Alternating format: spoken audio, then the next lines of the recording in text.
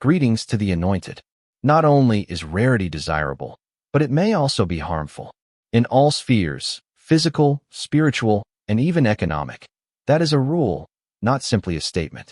The rarest creatures in nature are either hunted, worshipped, or kept in glass exhibits. According to experts, there is a 1 in 7 billion chance that someone will have your precise DNA sequence, life path, and spiritual imprint. And that's before we even consider God's involvement. Here's the twist, though.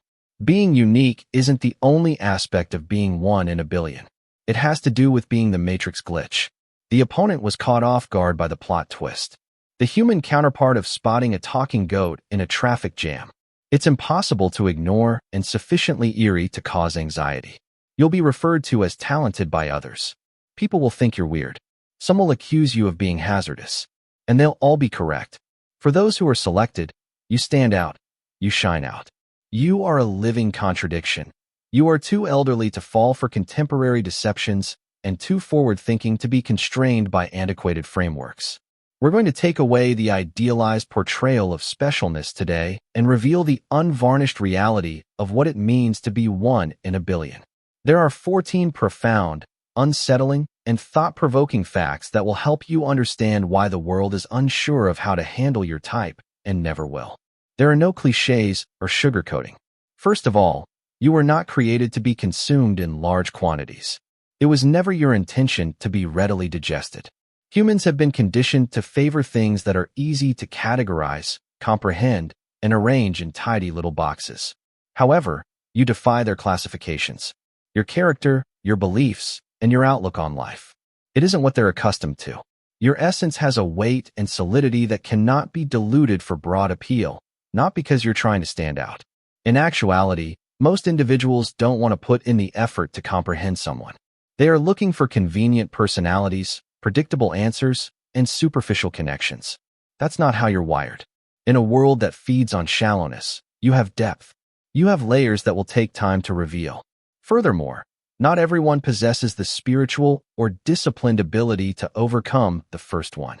You may appear too much or too intense to the inexperienced sight. However, this is because they are accustomed to eating light snacks. You are also a whole meal. People are forced to face more than just you while you're around. You force them to confront themselves. That is the source of the discomfort. They can't eat you without tasting their own inconsistencies, half-truths, and fears. That is motivating to certain people. Others find it enragement. Therefore, instead of acknowledging that they are incapable of fully accepting you, they attempt to reduce you to a manageable size. However, the divine does not create souls that can be controlled. You were not sent here to neatly conform to the expectations of the majority, according to God. You were made for those who are prepared to embrace what they don't fully comprehend despite being willing to battle with the truth and their own feelings. Because the typical individual doesn't know how to manage a spirit like yours without diluting it, you frequently feel misunderstood or even alone. Furthermore, if you've ever attempted to make oneself more agreeable, you've undoubtedly discovered that it never lasts. Your genuineness is too powerful to be stifled forever. It's not a weakness to not be for everyone. It's evidence that you are using a frequency that only a select few can hear. You will be treated like the treasure you are by those who can. Those who are unable to do so will spend their entire lives justifying their inability to hold you. In any case, your worth is unaffected by mass production, imitation, or measurement. Second, you are the system mistake that demonstrates the flaws in the code. Every system you have ever entered has rules, some of which are quiet and others of which are proclaimed. They exist in cultures, workplaces, and families. They make decisions about what is typical, acceptable, and feasible, much like background computer programs. Because they have been conditioned to accept that things must be the way they are, the majority of people follow those rules without ever challenging them. However, you are living evidence of the program's shortcomings. The mistake that shows the code is broken is you. You didn't perform as they expected you to from the beginning. You questioned where others obeyed mindlessly. You talked when others remained quiet to maintain harmony. You pushed past boundaries where others accepted them. It wasn't revolt for the sake of rebellion. It was a malfunctioning operating system that prevented your spirit from functioning. You couldn't conceal this, even if you wanted to, since it made you stand out. Being the bug has the drawback of revealing the false sense of system reliability. People are forced to consider the possibility that the way things have always been may not be the case when you achieve something they believed were impossible or when you abandon systems they said were invincible. It's merely custom. And once tradition is revealed, it begins to lose its influence. Because of this, societal and spiritual institutions frequently attempt to negate individuals like you. Your sheer presence demonstrates that they are not as absolute as they pretend to be, not because you are noisy or destructive. This will make some individuals angry with you. They have based their sense of self, safety, and occasionally even morality on the system's regulations. It might feel like you're attacking the fundamental core of their life when you enter and casually break those norms. However, you never intended to make others feel at ease. You were there to expose the broken, and that realization might be painful at times. You don't just break the rules. You question where the regulations came from. You reveal that what everyone believed to be unchangeable was frequently really a result of human creation, fear, or power protection. Because of this, your species is uncommon. Being assimilated into the system is not why you are here. To alter the code, you are here. Furthermore, the system can never again pretend to be perfect if a bug is found. Third, you are more than simply a personality. You are an atmosphere. When they go into a room, some folks disappear into the backdrop. Others intervene and change the atmosphere right away without a word. The latter is you. You are surrounded by more than simply charisma and personality. It's a mood. Your energy, past experiences, beliefs, and spiritual connection all work together to create a cohesive whole. It's not something you do intentionally. You're carrying it. People respond to you before they even realize it. Some people are captivated. Others are uneasy. The reason behind both reactions is because the environment around you transmits a frequency that either disturbs their comfort or resonates with their reality. What's already inside someone else is amplified by your presence. If you feel the abundance of divine love in your heart, now is the time to share it. You can help spread God's blessings by clicking the Super Thanks button on YouTube and contributing $20 or more. This divine gift will touch not only your life, but also the souls of many others through this platform. Each of you has a sacred place in God's great design, and your generosity will be the fruit of our prayers. Take action now. Share your blessings to exalt His kingdom, for you were created to do even greater things in God's loving hands. May God bless you. You magnify their tranquility if they have it. You reveal their latent shame without even trying. This explains why you frequently observe others acting gentler, speaking softer, or suddenly getting defensive when they are near you. The fights you've fought, the suffering you've gone through, and the knowledge you've gained all contribute to your environment. Every hardship left its imprint, yet it gave you depth rather than resentment. All of the lessons you acquired have been incorporated into your energy and have not merely remained in your memory. Because of this, you may occasionally receive exceptional respect or skepticism from complete strangers. Your tone, your appearance, or even your words aren't getting through to them. What you carry is causing others to react. This is also the reason why situations that don't fit your spirit can't keep you for very long. Two things occur when your environment is stronger than the one you enter. The room either adapts to you or fights you until you go. The same reality is confirmed by both results. You're not impartial. Every time you enter a room, you tilt the scales. Furthermore, this effect cannot be faked, despite attempts by some to do so. Authenticity and going through seasons that made you firmly establish your identity are the sources of atmosphere. It cannot be borrowed, purchased, or taught. It's won by enjoying life to the fullest and not sacrificing who you are. Participating in an environment is not enough. You reinterpret it. You can never be simply another face in the throng because of this. Everyone else must adapt to the climate created by your presence. Fourth, your spirit is a weapon that hasn't been formed. Early in life, most people are molded to fit into a predefined role. In order to fit neatly into the shell that society has given them, kids are taught how to think, act, and set boundaries. They have smoothed down their edges. They have turned down their fire to a bearable brightness. They become predictable, and it's simple to manage predictability. However, you never gave in to that process completely. You refused to allow the world to completely shape you into a secure person. Your spirit is still untamed, raw, and flaming. It is not recklessness to be this raw. This strength has not been tamed. You have not been softened into a form that is immediately recognizable or conveniently stored. People find it difficult to classify you because of this. You go from being silent and watching to precisely slicing through falsehoods. Those who oppose you are on edge since you don't always follow the usual order. Anticipation is the enemy's best weapon. They can get ready for your movements if they can anticipate them. They are unable to predict where your next blow will land. However, because your soul moves in ways that deviate from the typical human patterns.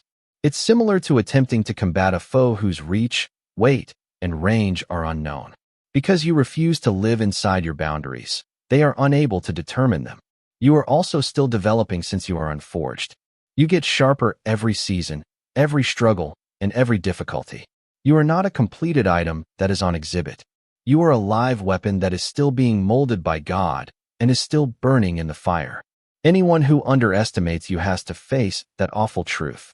Because when your entire potential is realized, what will you be like if you're this effective now?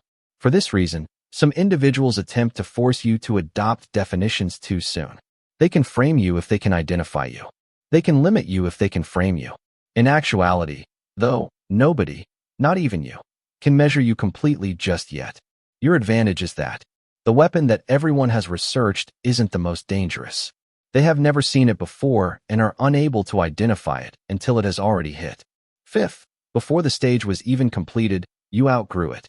Some people wait their entire lives for what they consider to be their defining moment. The big break, the chance that eventually makes them famous. The concept of one day performing on that platform is the foundation of their entire identity, and they practice and prepare for it. However, you notice something that others didn't. You knew right away that the stage they were constructing wasn't made for you. For the breadth of your assignment, it was too prescribed, too limited, and too tiny. This was not conceit. Clarity was the key. You already had the feeling that your purpose was not to be limited to the definition of success held by others. You knew that if you stayed, you would ultimately have to compress yourself to suit their script while they were making sure the drapes and lighting were just so. Furthermore, you weren't created to play a part that was written by someone who doesn't even comprehend the significance of your mission. One of the most difficult things to accomplish is to leave before the applause. There is a great urge to remain and at least gain some notoriety. However, you grasp something that most people don't. Gratification may be a prison. It can keep you bound to a location that appears to be successful, but subtly stifles your actual purpose. You were able to escape becoming stuck in a version of yourself that would have appeased others, but betrayed your purpose by leaving. The problem is that when you make this type of leave, people seldom ever understand. They'll refer to it as fear. They will refer to it as impatience. They'll refer to it as failure. They are unable to realize, however, that you weren't going for anything less significant. You were departing for an unknown destination. You were departing to construct a platform that would be able to support your anointing, your voice, and your vision. In actuality, you could have been briefly praised, but ultimately forgotten if you had stayed. You set yourself up for an impression that will linger longer than the audience's attention span by departing. Their stage wasn't just skipped by you. You proceeded to construct your own arena. And it won't be about applause when it's your turn. It will have to do with alignment. Sixth, you inherited conflicts that did not begin with you, but will ultimately come to a conclusion with you. You face challenges in your life that are unrelated to the decisions you make. They did not begin during your lifetime, nor did they stem from your errors. Dear brothers and sisters, may God's peace be with you today. I am here to remind you of a profound truth. Our existence is grounded in God's divine plan, unshaken by the world's fleeting concerns. As the Holy Bible says, everything done in faith will be rewarded by God's abundant blessings. Luke 6 verse 38, like that mighty oak tree, our roots are deeply anchored in God's universal truth. Every step we take, every stance we hold is secured by His power. And now, you have the opportunity to be a part of this blessing. When you click this Super Thanks button and make a $100 donation, this act will return to you 100-fold. Long before you came, some of the opposition you encountered was woven into your family's history like an unwelcome relic. For generations, your lineage has been silently consumed by these fights. They manifest as unspoken curses, cycles, and patterns that everyone experiences but few can identify. You were selected for these conflicts, but you did not pick them. You are the one who is capable of breaking what others could only withstand, not because you are the most amiable or eager. You've been given the wisdom to destroy the battle that previous generations learnt to wage. You are able to see things that others cannot because of your clarity. The source of the dispute, the true adversary concealed beneath the falsehoods and diversions that sustained it. Your life has seemed heavier than most because of this. You're bearing more than simply your personal burdens. You're dragging around unfinished business from your predecessors. Although the weight is unjust, it serves a purpose. Resilience, insight, and spiritual acuity, the armor you have developed, were not limited to your personal conflicts.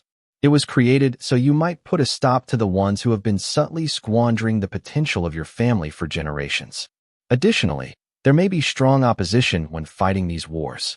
The adversary is aware that winning frees not just you, but also all future generations. Because of this, you find the battle to be more intense, personal, and draining than it ever seemed to be for others.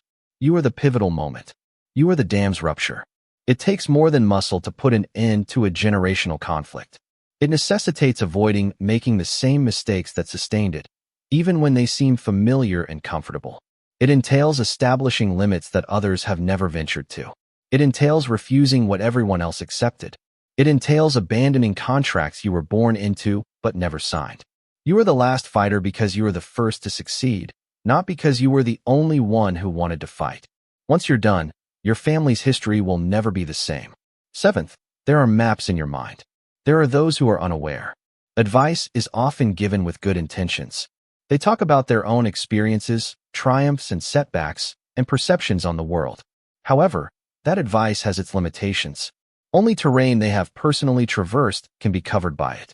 Additionally, your life was never intended to go the paths they are familiar with. Their maps don't even show the landscapes that you were born with blueprints for.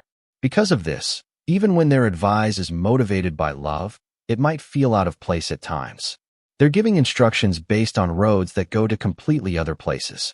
The terrain you're traversing hasn't been found yet, so they can't see it. You're not a tourist, either. You are a crafter here. When you have no route ahead of you, that job might be lonely. You must rely on your own insight, your own relationship with God, and your own capacity to recognize clues that others miss. No one can stride ahead and declare, "This is the way." They require road signs and confirmation, but you are led by a vision that is not derived from human intelligence, and by instinct that has been honed throughout hardship. This is also the reason why others frequently find your selections confusing. They are unable to comprehend why you would abandon what appears secure, why you would decline possibilities they would do anything to have, or why you would take chances that appear risky to them. They are unaware that you're dead and might be their safe route. You're not disregarding knowledge. The map you're following is different, one with places it takes guts to even mention. Additionally, you may perceive danger long before others do if you carry invisible blueprints. You can tell when a well-traveled path is about to break down. When an apparent shortcut turns out to be a trap, you can tell. Paranoia is not that foresight. It's a present, one that protected you from catastrophes that others have foolishly entered. Eventually, the people who questioned you might ask you for the instructions they attempted to offer you, because you won't just have survived the unknown when you've finished mapping out your path. Others will rely on the maps you drew for years to come. Eighthly, you reveal the delusion of their power. Some people think that their titles, positions, or capacity for dominance are what give them power. They are accustomed to giving orders and having them carried out without question.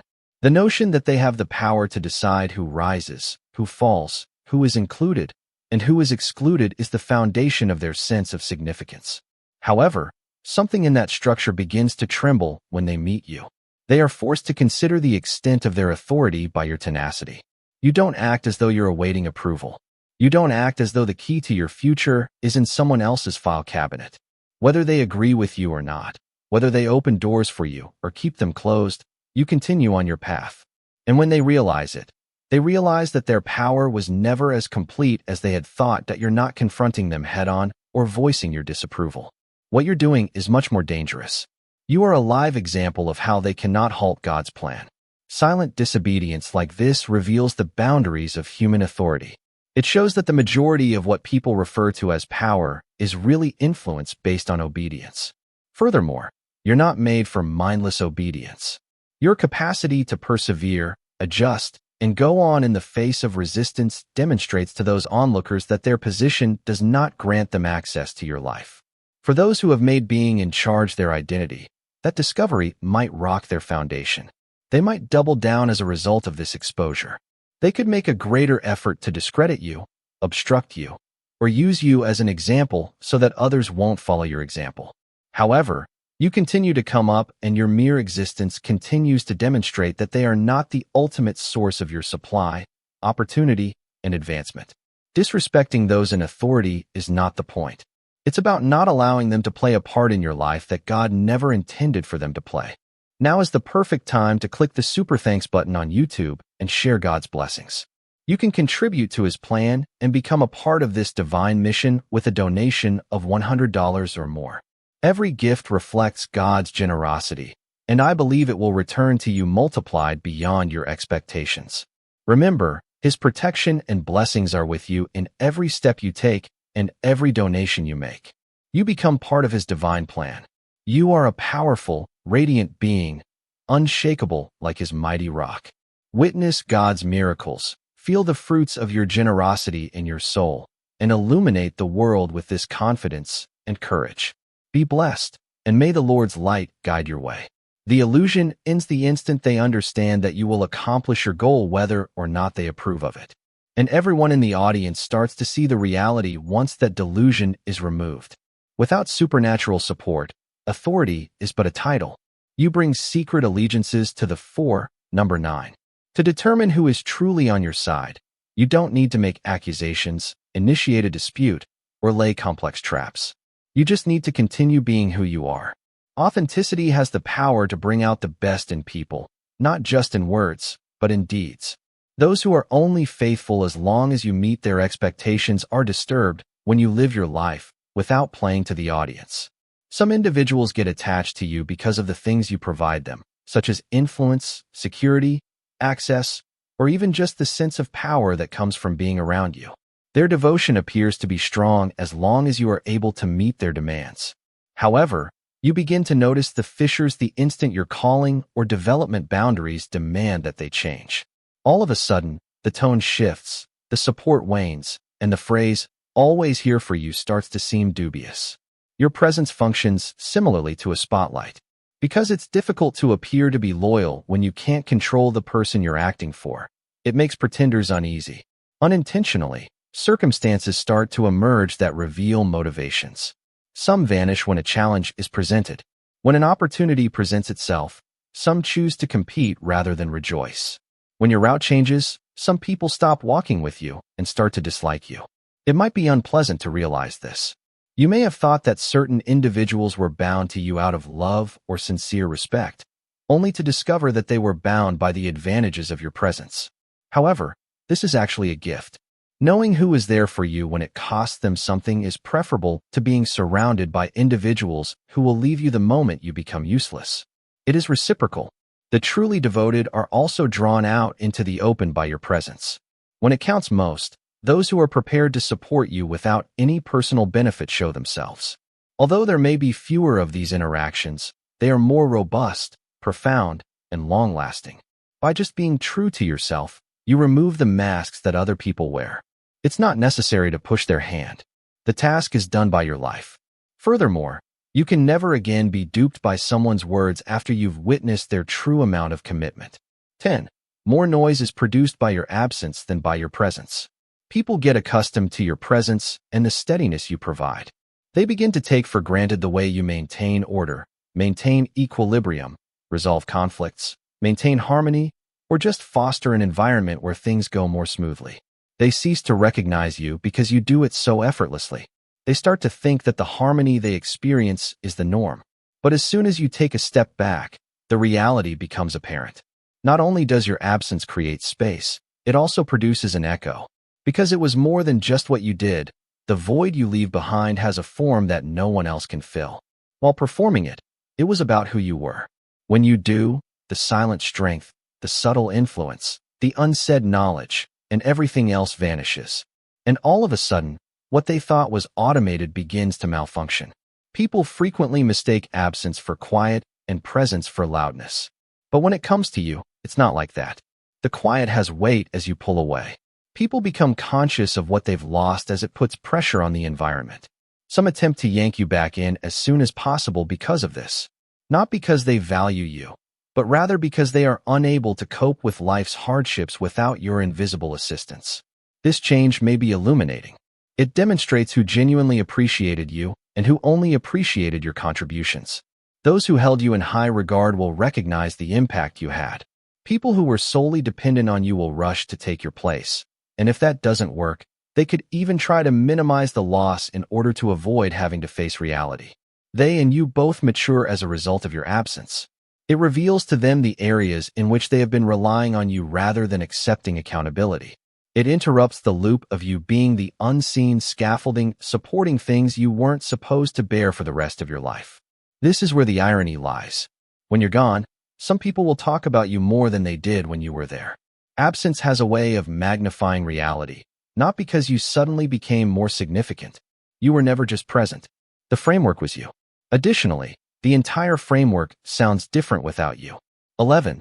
The meeting point of the eternal and the tangible is you. There is no one time frame that governs your existence. Days, months, and years are how most individuals gauge their existence. The tangible indicators that a calendar can track.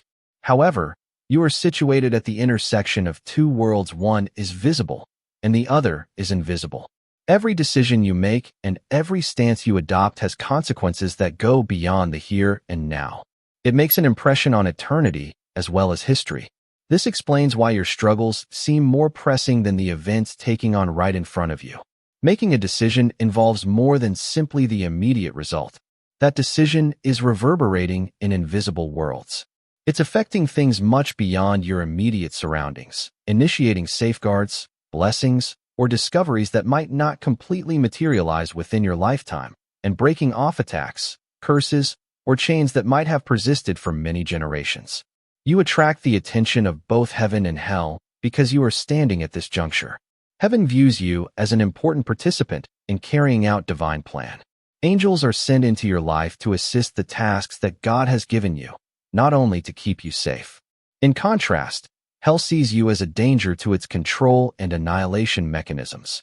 Because of this, your difficulties frequently have a spiritual quality before they manifest in the natural world. The opponent is attempting to sway your decisions before they are made. In your life, it's not simply the significant public events that count. There are spiritual ramifications to even the smallest choices.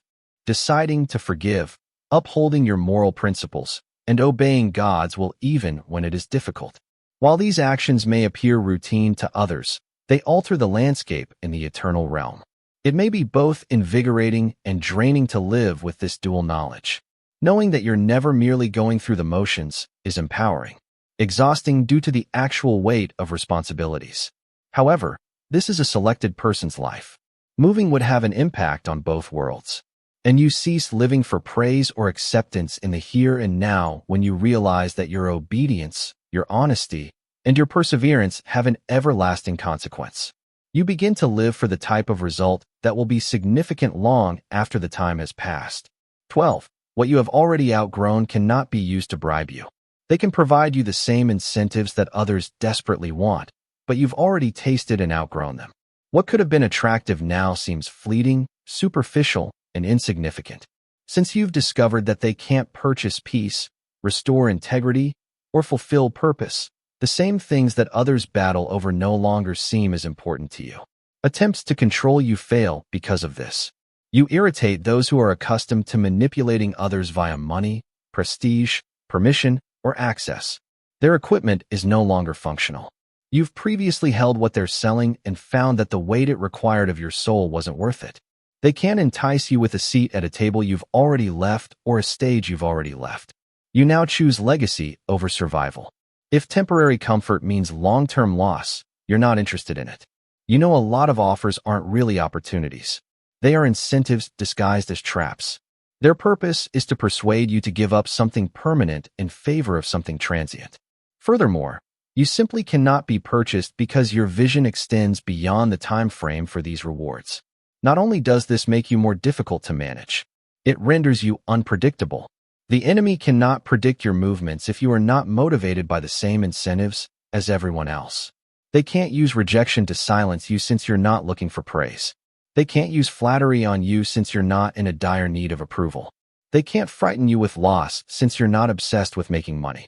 You now possess leverage that is unreplicable, the liberation that results from not needing what other people believe you need. And such freedom poses a threat to control and fear-based regimes. They are unable to bribe the satisfied. They can only bribe the hungry. You thus continue to travel with your eyes fixed on what never fades, while others sell themselves for goods that will eventually become dust. You have eternal stakes.